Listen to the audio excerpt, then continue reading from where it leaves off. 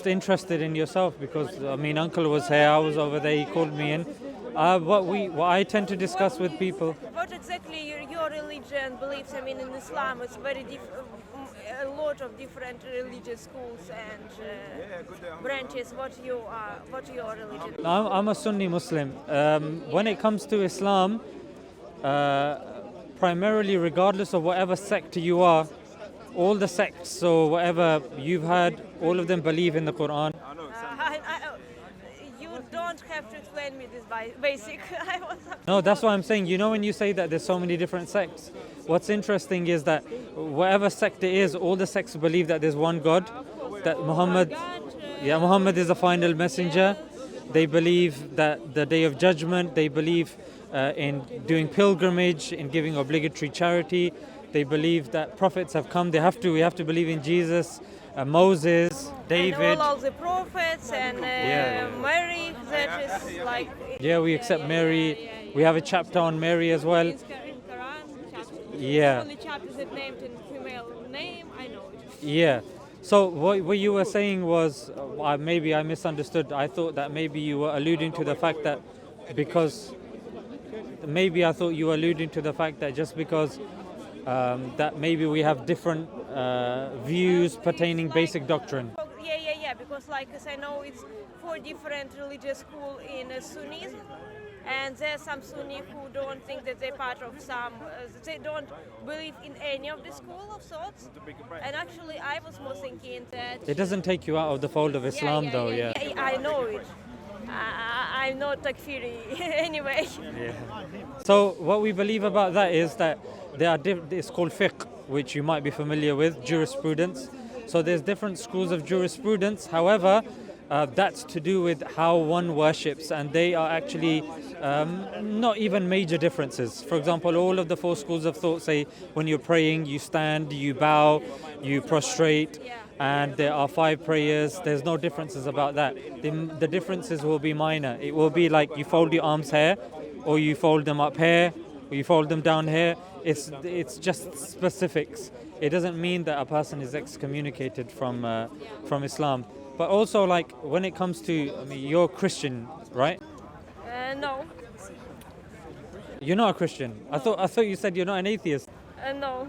You're agnostic? Yes, in some kind, but it's complicated. I have dissociative identity disorder, so several personalities because of split of childhood, of severe abuse and trauma. And because of that, like, it's religious a little bit complicated question for me.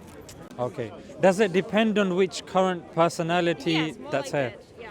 So the personality that I'm currently speaking to, what personality does that believe in? I'm not sure because I couldn't prove that I'm not sleeping, for example, now, or that I'm not living in the matrix. I could be sure that this world is real and stuff like this. But I have a lot of experience in Islam, and Islam is like close to me, but I couldn't be absolutely sure. So I'm not like discommunicate from Islam. I just couldn't be like 100% believe it. Okay, that's a good position to start from. So what is lacking? I was extremely more radical in my past. Right. I would say like this. Okay, so fantastic progress has been made. How many personalities out of interest would you say that you have?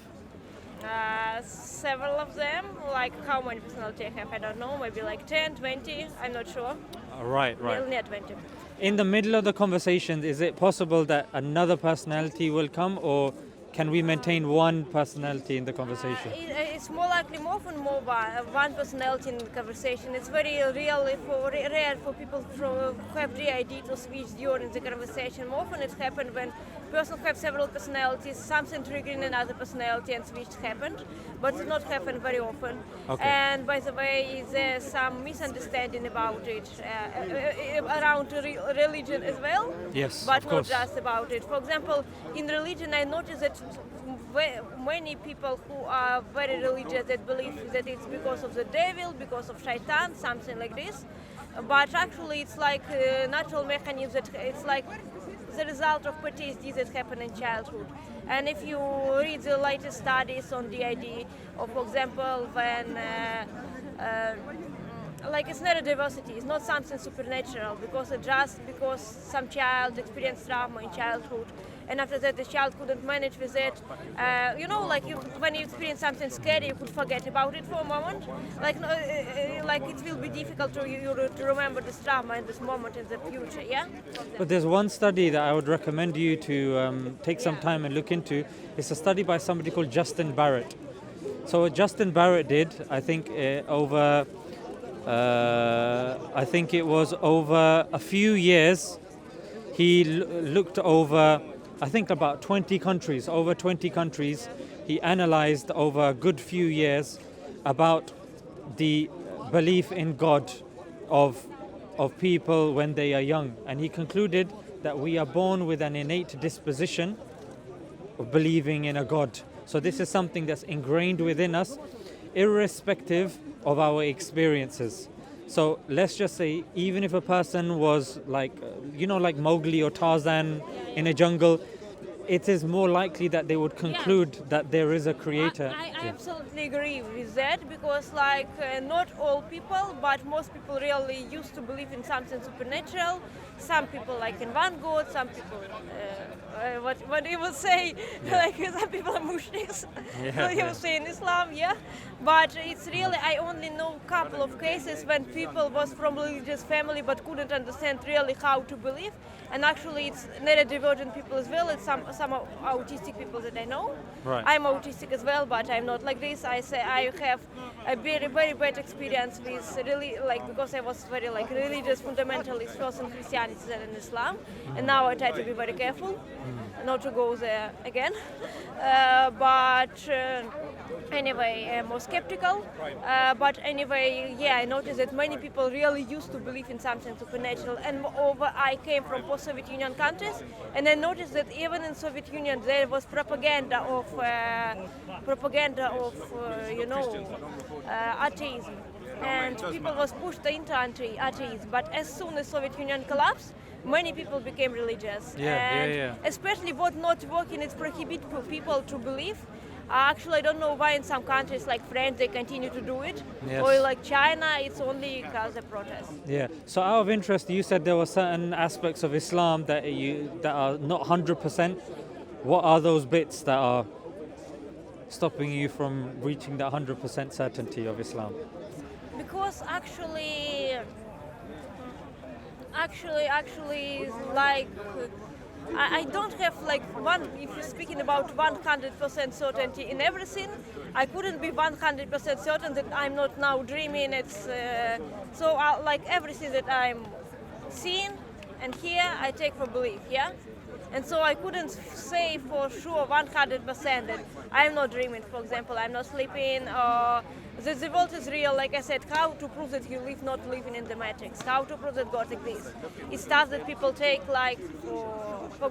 for granted, they used to it, and But the thing is, so would you class yourself as a Muslim, but like you said, there's a term that's used called the inference to the best explanation, that especially with everything that we do, you are going hopefully on your way home, you are planning that hopefully I will wake up tomorrow and hopefully I will do this. But you couldn't know for sure.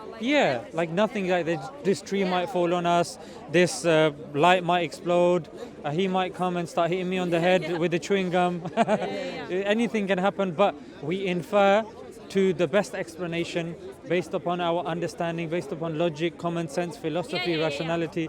So would you say, So would you say, according to all of that, you do believe in Islam? Maybe, yes. Okay. Then when you say maybe, what is lacking, and maybe we can speak about that, and maybe I can enlighten you and give you more it's points. more interesting, for example, from your perspective. Could you say that you believe in Islam absolutely 100%? Yes. Can you say absolutely 100% that you're not sleeping now and everything that's going on now here is real or not? Yeah, but the way I would go about formulating the argument is by it's the scaffolding of evidence. For example, there's certain small micro things that a person can do. If a person is sleeping, dreaming, there are certain things that happen in a dream that I don't know. Sometimes my dreams can be a bit crazy. I'm in school, and then suddenly Yeah. I'm in a different country. So Yes. there's no logical coherence or chronological order when it comes Yeah. to dreams. When I look over here and I say, based upon our understanding, there is a chronological order. There is order. There is cause and effect. More so than my dreams. Then if I do a graph, then I say tick for me being in the real world as opposed to dreaming. Another aspect, if I go like this in my dreams, if I look at my hand, Five fingers. Yeah. I five checked fingers, it as well. but even the details within our fingers, the lines that are there, in our dream, we tend not to see details. Yeah.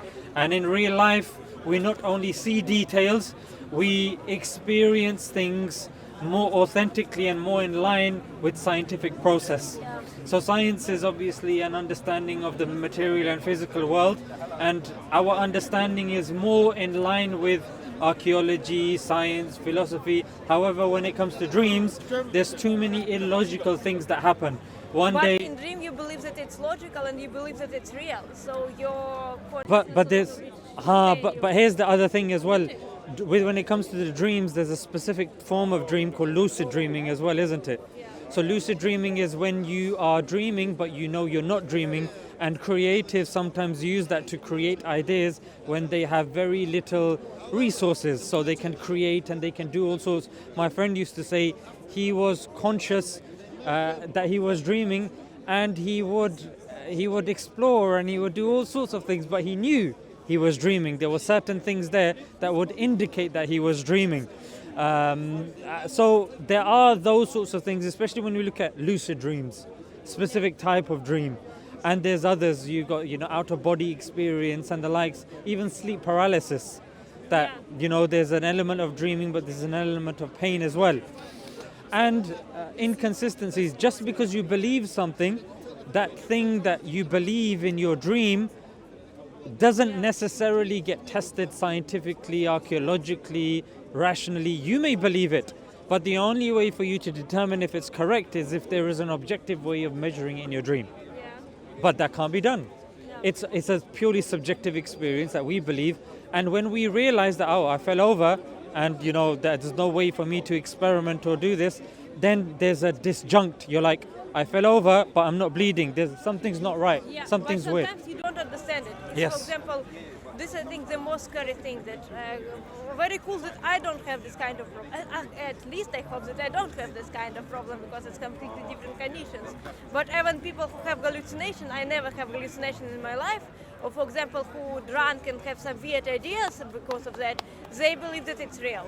Yes. So this is why maybe I couldn't be 100% sure that this tree is real, actually. Because things happened, and I know that some people experience this kind of thing. This is why I'm saying that for me it's very difficult to understand belief on 100%, despite that I knew that in Islam you need to have it. So you could I think many people couldn't have it by 100%. They could be hope that they will have it one day, or they will say that, okay, it's my way of thinking and the God will understand because He knows everyone and everything, and created all this different way of thinking as well. Yeah. But I don't know, sometimes I envy it, and sometimes I just was confused by people who have 100% sure in something. Yeah, so here's the thing. Let's just say you were dreaming, and in the dream something happens that you're unsure of. The methodological way of us analyzing that is inconsistent. You may believe it to be real, that's completely subjective, but for you to verify that, eventually your dream would fall apart and you would know that you're dreaming. In the real world, however, notice with dreaming, it's synonymous with then I woke up, then I woke up, or then I realized. However, there's enough experience, cross experience from other people that we've met, from observations, from different fields of exploration like science, archaeology, that we can say that this world is indeed real, is indeed accurate from even from your unconscious way of doing things. you never would think that, you know what, I'm crossing the road. I don't know if the car is real, it's not real. Sometimes I'm thinking, but it's more for me like just tricks of mine. Yeah. But the fact that you still wait for the car to cross. Yes. Do you see? Yeah. So that means that in your heart of hearts, intuitively, you realize and you understand that I do, but on the outside, maybe some of my understanding may be lacking, but you don't go about living your life But believing. better to check in it. Sorry? Better to check in it. On the other hand, on anxiety, you could say think that the door is open despite that you remember closing it. But just you know that in this condition, you know that you have this anxiety and thinking the door is open. But isn't the fact that you go to sleep, isn't that fact that you're going to sleep indicating that you're not asleep? No, sometimes I have these dreams when I wake up several times and go to sleep. So Inception, yes, no. inception of dreams, yeah? Yes. Okay. Yes. By Yeah, the way, that's tricky. By So- the way, how yeah. you decided to do all of this? I mean, to speak about Islam, to be in Dawat, all this stuff. How you started? Because when I was young, and I started questioning what was around me, sometimes it's actually very similar to your thing. Sometimes I'd be walking the corridors in my school and I'd be thinking, what's the point? And that what's the point is a question. And it's like, okay, I need to answer that. Okay, he's saying that there's a God, he's saying it's not a God. Then what are the arguments put forward? Because if indeed we know and we understand there's no difference of opinion that we all must die one day because we are mortal, then what is to come afterwards? What are the logical reasons for this? And, sorry, what did you say your name was? Ayman. And the thing, Ayman, was that I noticed that there were so many people that they were sad. They were not experiencing their life properly. And once upon a time, you realize when you're going through something without God, you realize that, you know what, without good and bad, right and wrong, we are directionless. Yeah, we have no one. You could be in a simulation, you could be a brain in a vat, you could be programmed, your consciousness could be done, and all of this sort of thing, although on the face of it, in our heart of hearts, we know it doesn't make sense. However, on the surface, somehow a wire's been tripped in our head that we believe whenever religion gets talked, we believe, you know what, maybe religion is like this. No one like this crosses the road, jumping in front of cars, playing with knives, playing with fire. When it comes to everything else, we follow the law, we do this, we believe we exist. So when it came to all of these things, I was like, if there's heaven and hell, then surely I need to look into this. And then I did. And then, especially when all this terrorism stuff started saying, I was like, oh, what's this? That made me encouraged to look into Islam even more. And I realized that, you know what, Islam's arguments is much more rigorous, consistent, logical, non-contradictory than the other faiths like Hinduism, Christianity, Judaism, Sikhism and the likes. And then I looked into it more. The more I looked into it, the more I fell in love with it. The more my life had more direction, more purpose. It's like before you're seeing stuff in blurry black and white, but then when you get connected with God, not just like certain people will come and say, oh, just believe in God, just Amy, just by itself. No, with logic, with common sense, with philosophy and stuff like this. All of that helps to fortify your understanding. Just like you're building a wall or a building, you need different materials to fortify that building, to make it stand, and then enough confidence that I can live inside it. I would argue it's the same. And I had to do the same with Islam. And I could make the argument with regards to, unfortunately, sometimes certain people come and they say, what's the evidence for this and that? And I think I've looked into it enough, whether it's manuscript evidence, whether it's logical evidence. I think Islam is head and shoulders above the other cases that get brought forward. But you was from Muslim family, yeah? I was born in a Muslim family, but I wasn't in practicing. You wasn't in childhood you wasn't interested in, or? Yeah, there was no reason. I was just interested in playing, having fun, eating ice cream, sweets, that sort of stuff. When I started getting older, I was in secondary school, 9/11 happened, then people asked me questions. Why do you pray? And I didn't look into it too much. I just did the stuff. Because parents made you, yeah, basically. They didn't. I was born in that household. It was optional for me. They didn't force me. They didn't. It was my mum used to do this. If I pray, she would tell me to pray. But then it was, if I had to do it, I would do it. And if I didn't, I didn't. Like, it wasn't there. But it's only when I started looking into it and I understood that there is backing behind this, and it's actually more substantial than I initially thought. And these people asking me questions, these are good questions. Why haven't I looked into it? It gave me more of a motivation to look into it. About 9/11 and actually very weird all these Islamophobic panics that happened, because basically, how to say it, there are a lot of terrorists who are Christian or atheists, like I don't know, in Soviet Union, in the first when Soviet Union was created, they officially called it terrorism, or in China, and they were more cruel. And no one saying like atheist terrorism, for example, or Christian. Yes. Okay, I know, but by definition of terrorism, they need to be not state. But they was not state. But again, yeah, of course, yeah, okay. They was saying that it's atheist terrorism, but they forgot it 100 years later. Yeah. This is weird, and even now it's a lot of ideological stuff that's doing from like ideological violence. Yes. They're doing from different positions. Some Nazis, socialists, who is Christian doing stuff, bad stuff. Some atheists. But if Muslim, everyone says that Islam is the blame. Exactly, you're 100% right. Yeah. And Christians have got Lord's Resistance Army, Eastern Lightning. You've got Christians blowing up abortion clinics, 969 Buddhist extremist group, the Hindutva in India. You're absolutely right. Yeah. And it's good, it's very mature that, of course, you've looked into this. And did you come from a Muslim family, or you just looked into it? No, my family was Christian Orthodox, and my father was absolutely very much religious that most people I ever knew. Okay. Because like in Soviet Union, religious was prohibited. That 90s happened, and in 90s everyone was interested in it.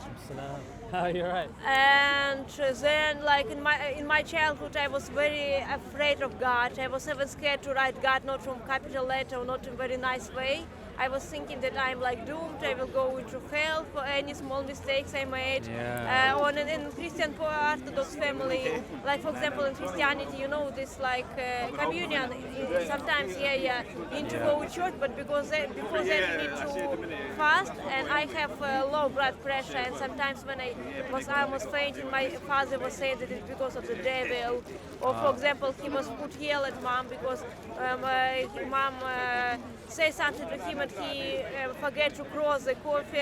So I was in family that I have to, when I was very young, I have to think about religion.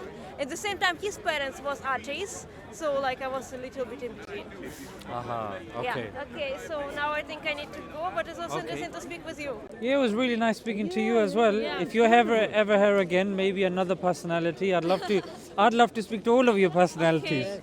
What's your name? Do you have some blog or something?